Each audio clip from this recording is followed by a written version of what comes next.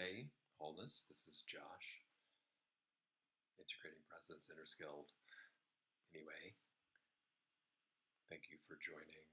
I'm on an old laptop here in Oslo. I guess it doesn't really matter where one's at anymore because of the surroundings as much, right? So this is Wisdom Wednesdays, and this is kind of irregular wisdom, an irregular meetup on Wednesdays just to get together and share our wisdom. And yeah, why don't we take the three breath highway really quick? And yeah, I can't really see any stats or anything, so it's hard for me to tell how many of you all are here right now. But anyway, so for the three breath highway, just close our eyes and take 3 breaths, being present for every single moment of the in breath, the pause, the out breath, and the pause. So it doesn't have to be perfect or exact. Just kind of arrive in the space that you're in.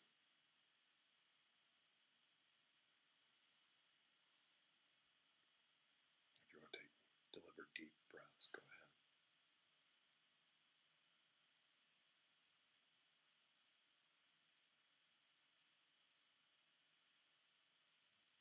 Okay, when you're ready, you can open your eyes, come back, or please continue to meditate. Um, so, when I was contemplating on what I might talk about here today, I was really struck by this recent podcast that I heard. I can't name drop it on Insight Timer, but needless to say, it was in a political context, and I'd rather not go into a political context. Unfortunately, apparently, this is a thing, but really pointed out something really important that I was kind of shocked at myself to find myself doing.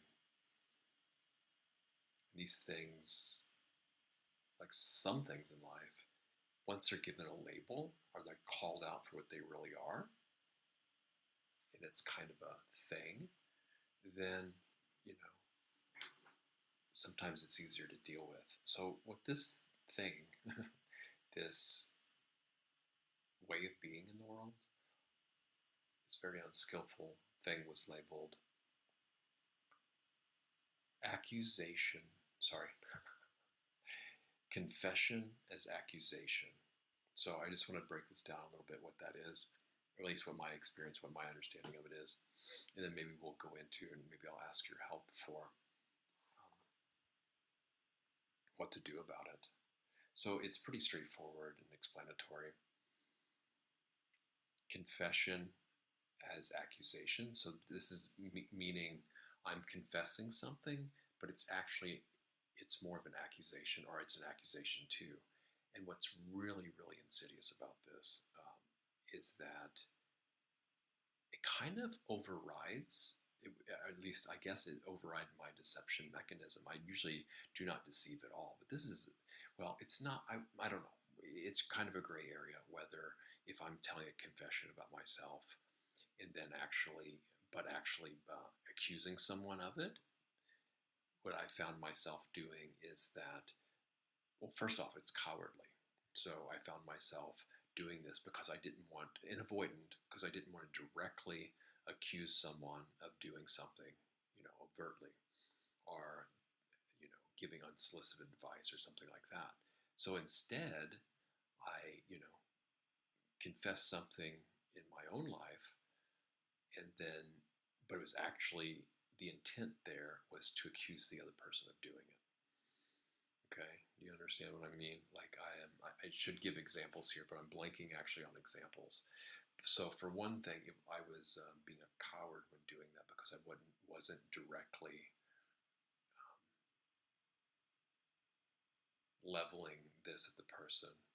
So the intent was actually to accuse them of something, but I veiled that with a confession. So it's basically saying one thing but meaning another. The thing that I've so often criticized other people for doing, not understanding. Well, this I found myself doing, and it's not helpful at all. It's not being really honest and upfront. you know, it's not being straightforward, and it is being deceptive a little bit, and not, it's, it's trying to get away with the blowback of something while instilling something in another, basically accusing them of doing something and wanting them to change something without trying to weasel out of the blowback of the repercussions to that. So if I just out and outright accuse someone of something, well, then I'm likely to receive blowback right away. But if I make it look like myself, which I am being honest with the confession, right? The confession is accusation that I do, but it's not the intent just for me. It's actually aimed at the other person, getting them to try to see what they're doing um, without directly saying that. Okay. So, what other negative drawbacks does this confession as accusation have? Well, for one thing, true, honest confessions that are helpful, it can give them a bad name, right? So, when we confess something, it can be actually really helpful if done the right way, at the right time, to the right people, and for the right reasons. But this kind of inverts that and muddies the water. So, yeah, not so helpful. And it's ironic here, too, that I'm giving a confession about this, but I don't know any other way to do this. So, have any of you guys experienced this confession of accusation? Have you found yourself doing it? Do you suspect others of doing this too?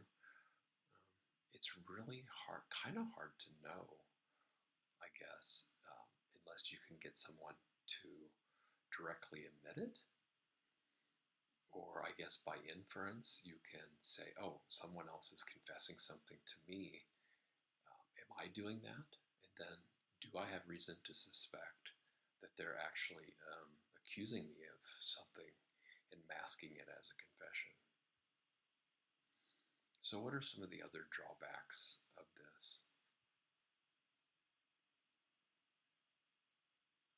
Well, it can raise doubt and suspicion in others' confessions as well, or others people's motivations when they're doing something. And then I guess if some people take this a step further, then they can do false confessions. So actually, and I think that's probably where the real problem with this is when people are doing false confessions when they're not actually doing something, but actually aiming at another to accuse them. So again, this layer upon layer of kind of deceit and deception. You know, the classic thing: accuse others, or accuse others of what you're doing. It kind of like flips the script on that, I think, because you see some politicians and some people in power, they will start leveling accusations at people, but they're the one that are actually doing the same thing. Okay, I'm going to start going into solution mode here a little bit. I'm trying to just get the full scope of um, this confession is accusation and what's so interesting about it.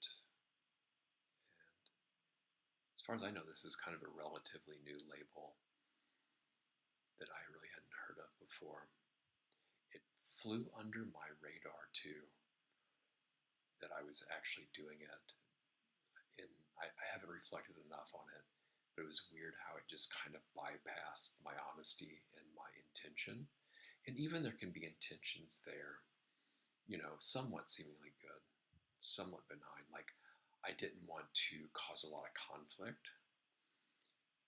And so in order to soften what I wanted to get through, this sounds like an excuse, and I don't agree with the way I did it. I just want to kind of examine where I came from when I accused someone of something, but veiled it as a confession, or just.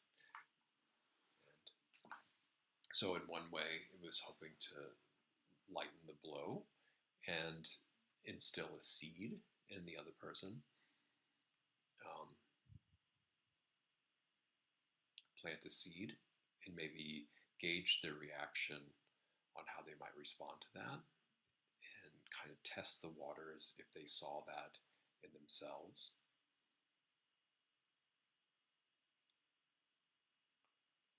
So, in a way, it's this underhanded testing too, to see if the other person is aware of what I'm seeing as well, which is real interesting. And then I could gauge whether or not the person can pick up on it, and then whether to push through with it. So it's a really interesting. I don't know. There's a bunch of different psychological mechanisms involved in this, and I don't know if I'm explaining this right. I really wish some people that can communicate better will weigh in on the specifics of this. Okay, so what do we do about this? First off, it's real simple for me. Once I realize that I'm doing that and that I'm basically breaking a precept that I'm training in, being honest. So it's too gray area for me. It's not worth. First, I'm being avoidant. I don't want to avoid blowback, which can be helpful sometimes, but in most situations, I think it's very cowardly. And then I'm not being completely transparent and honest about my intentions and what I'm doing. So, in a way, that's pretty much deception. And that's not what I want to do, because that is not being honest, deliberately telling a falsehood. And so it's too gray area. It borders on that if it's not already. So I don't know. When in question, when in doubt, chuck it out, right? So I think at least that's for me anyway, sticking to this precept, this training of this precept of honesty. And this is the one that here I thought I would been doing really well with, but I guess in a way, once we realize what we're doing, then it can course correct. That it's not too bad. Just like this, maybe I don't know. I would like to hear feedback from other people, but this recent time when I had a shandy and I didn't know what a shandy was. I just grabbed it because it looked like a soda to me. But as soon as I found out that it had alcohol in it, I stopped drinking it. The only other the other thing I wish I would have done better is not gave it to my friend, but it was kind of a yeah, socially awkward situation. So I stopped drinking it, but then he drank it.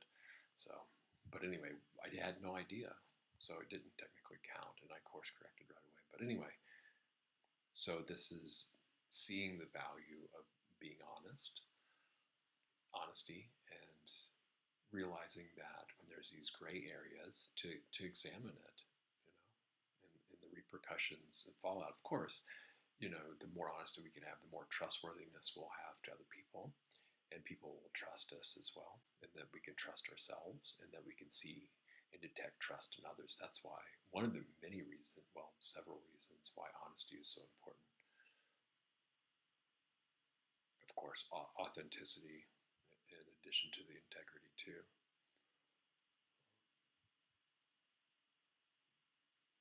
So yeah, I wish I had better answers or things like this. And it's another, I guess, somewhat insidious, is if you go to call this out in another, well, then it can easily be denied, and they can say, well, how dare you? I'm making this confession. You're saying I'm accusing you of something, but I'm actually confessing something. So it has like this built-in protection mechanism, and then it can make, if someone calls it out, then it can make the other person look kind of paranoid or something like that too. So it really is, yeah, new territory. And maybe in the show notes to this, I'll put a link to the podcast I initially heard about this, although it's in a different context. But I can't share that here on Insight Timer Live. But I appreciate you all tuning in and listening, and I'd love to hear your thoughts on this. If you've encountered it in another, if you've done it yourself, what you feel about it,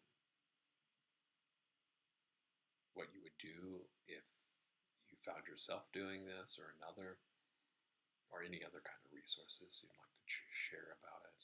So, all right, with that, y'all be well. Bye now.